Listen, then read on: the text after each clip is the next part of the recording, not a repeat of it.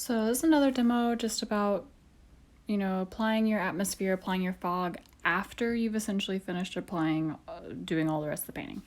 So coloring it like you're not really concerned about fog, not necessarily avoiding those spots, and then knowing that you're going to go over it and add the fog in. So I have this little alley corner, very British looking building. Real quick, just getting local color and some definition on it before we get into the fog technique. Doing lots of layering, always, forever. So of course there's the option where you totally avoid the fog area, do a very nice easy blend there, and not easy on the color, hard on time, and just avoid that area and then make a desaturated version of your drawing there. But if you don't have the markers and the colors to do that, it can be really frustrating to be like, this little wispy area I will just leave blank and do with, a number 5%. So often I prefer to do it this way. It's quicker. It's a little bit more like painting. You can also definitely use the resist way, which works really well. I left a resist in the mirror or the window on the right side of this one, which you'll see come back later.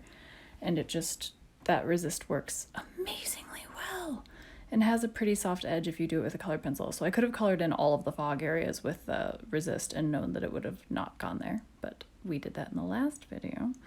So in this one, I'm showing you a little bit of a different method.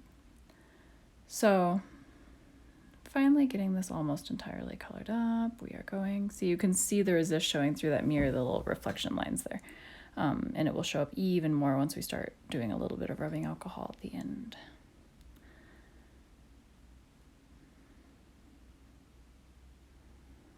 Coloring some stuff, getting dimensions. So you can see it's actually a pretty saturated little study, which is, I think, why using this one as the demo works well.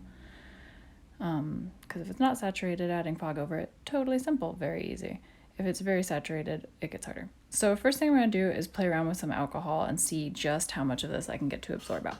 So alcohol always seems like not much is happening. It works a lot better if you let it dry. So I'm trying to hop around and see where the alcohol is at before I go back and do some more. Bumping the saturation of everything above the line of where I want that fog to be.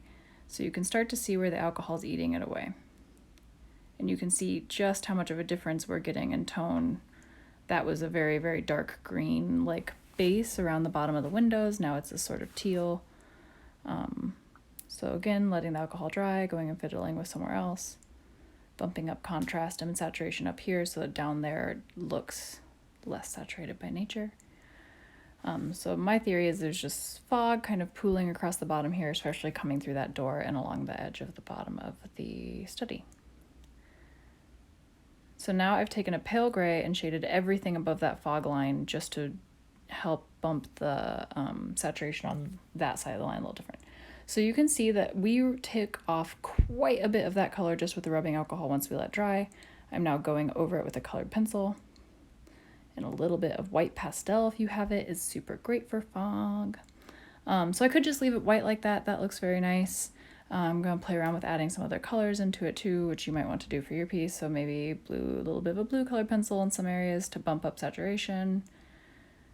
And then blending the blue colored pencil with a white colored pencil. And then we can also do a little bit, I've got a purple gray pastel that I'm using to bump up some tones in there, make certain areas look more dense, certain areas look thinner. Much like doing clouds or marble or wood grain, we want to keep it moving kind of in little drags and pieces, the way fog floats sort of horizontally across a piece. And that is one way to do fog as an after.